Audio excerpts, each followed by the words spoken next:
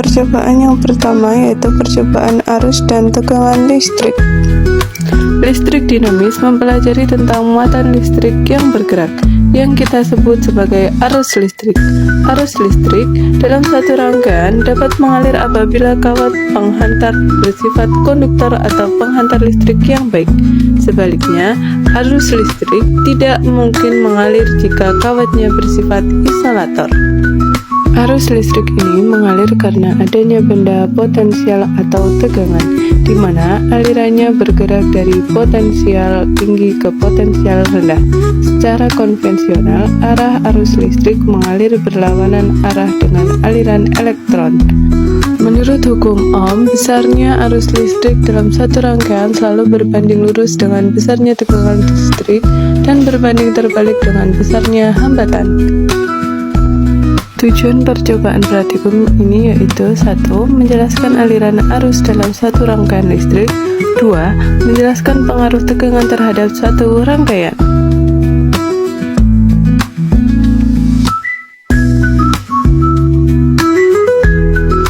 Langkah percobaan: susunlah 3 buah baterai secara seri, buatlah gambar rangkaiannya, hubungkanlah kabel merah pada kutub plus dan kabel hitam pada kutub min. Salah satu ujung kabel dipasangkan bola lampu jika lampu menyala, menandakan adanya aliran arus listrik dari kutub plus menuju kutub min. Kemudian tentukan semua jenis bahan yang telah disediakan, apakah termasuk konduktor. Catat hasilnya pada tabel pengamatan. Yang pertama, pada kawat besi. Pada kawat besi, ternyata lampunya menyala karena kawat besi dapat menghantarkan listrik atau konduktor. Yang kedua, kawat tembaga. Pada kawat tembaga ternyata lampunya juga menyala karena kawat tembaga dapat menghantarkan listrik atau konduktor. Yang ketiga, sendok perak. Pada sendok perak ternyata lampunya juga menyala karena sendok perak dapat menghantarkan listrik atau konduktor. Yang keempat, kayu. Pada kayu ternyata lampunya tidak menyala karena kayu tidak menghantarkan arus listrik atau kayu bersifat isolator. Yang kelima, karet penghapus. Pada karet penghapus ternyata lampunya tidak menyala karena karet penghapus tidak menghantarkan arus listrik atau bersifat isolator. Yang keenam, grafit atau mata pensil. Pada grafit atau mata pensil lampu menyala. Hal ini menunjukkan grafit merupakan benda yang bisa menghantarkan arus listrik atau bersifat konduktor. Yang ketujuh, kertas. Pada kertas ternyata lampunya tidak menyala karena kertas merupakan benda yang tidak menghantarkan arus listrik atau isolator.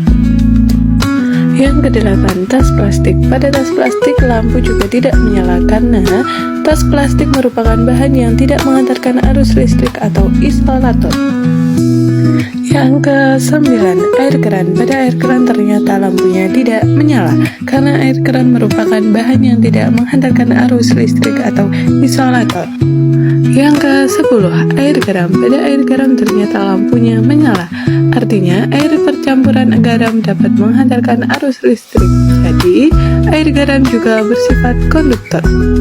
Kesimpulannya, agar arus listrik mengalir, kita memerlukan kawat penghantar yang bersifat konduktor. Bahan yang menghantarkan arus dinamakan konduktor, sedangkan yang tidak menghantarkan arus dinamakan isolator. Dari hasil percobaan, bahan yang termasuk konduktor yaitu kawat besi, kawat tembaga, sendok perak, grafit atau mata pensil, dan air garam. Sedangkan kayu, karet penghapus, kertas, tas plastik, dan air keran termasuk isolator.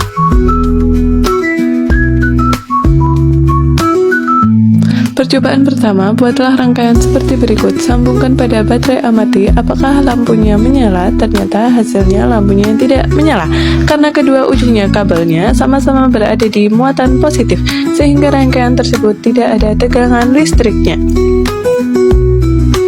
Percobaan kedua, buatlah rangkaian seperti berikut, kemudian tempelkan ujung kabel pada kutub baterai positif dan negatif.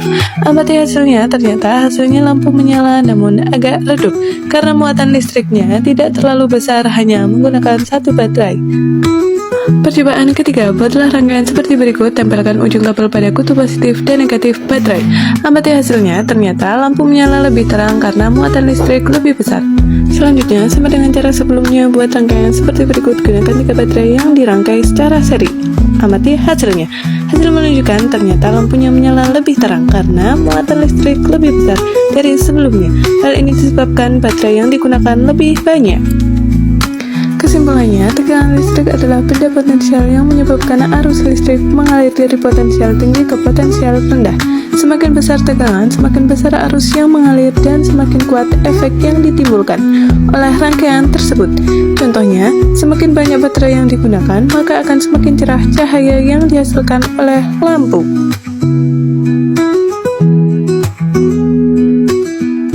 Tujuan percobaan yang pertama menunjukkan adanya muatan listrik pada suatu benda akibat yang timbul dari sifat muatan. Yang kedua, memperlihatkan adanya gaya elektrostatika dua buah benda bermuatan.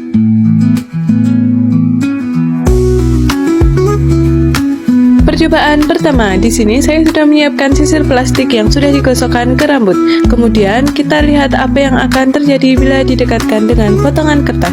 Pada potongan kertas terlihat tertarik oleh sisir plastik karena adanya muatan listrik. Namun akan kita amati apabila didiamkan beberapa saat, apakah ia masih bisa menarik potongan kertas. Setelah saya amati beberapa menit, sisir plastik tidak bisa menarik potongan kertas karena daya listrik sudah habis. Percobaan selanjutnya yaitu pada bola pingpong. Yang pertama, pada bagian kiri kita akan menggosokkan dengan kain wol, pada bagian kanan digosokkan dengan kain wol juga. Akan terjadi gaya tolak-menolak. Yang kedua, dari kiri digosok dengan wol dan kanan digosok dengan plastik. Gaya yang terjadi adalah tarik-menarik. Yang ketiga, dari kiri digosok dengan wol dan kanan digosok dengan nilon. Gaya yang terjadi adalah tarik-menarik. Pada bagian kiri digosok dengan plastik dan kanan digosok dengan wol, gaya yang terjadi adalah tarik-menarik. Bagian kiri digosok dengan plastik dan bagian kanan digosok dengan plastik juga, gaya yang terjadi adalah tolak-menolak. Pada bagian kiri digosok dengan plastik dan bagian kanan digosok dengan nilon, yang terjadi adalah tarik-menarik. Selanjutnya, pada bagian kiri bola pingpong digosok dengan nilon dan bagian kanan digosok dengan wol, gaya yang akan terjadi adalah tarik-menarik. Pada bagian kiri digosok dengan nilon dan bagian kanan digosok dengan plastik, gaya yang akan terjadi adalah tarik-menarik. Yang terakhir, bagian kiri digosok dengan nilon dan bagian kanan digosok dengan nilon, gaya yang akan terjadi adalah tolak-menolak. Kesimpulannya yaitu, berdasarkan pengamatan yang telah dilakukan, dapat disimpulkan bahwa 1. Cara sederhana untuk memperoleh benda bermuatan listrik salah satunya adalah dengan digosok. 2. Benda yang memiliki muatan listrik sejenis akan menghasilkan gaya tolak-menolak. 3. Benda yang memiliki muatan listrik tak sejenis akan menghasilkan gaya tarik-menarik.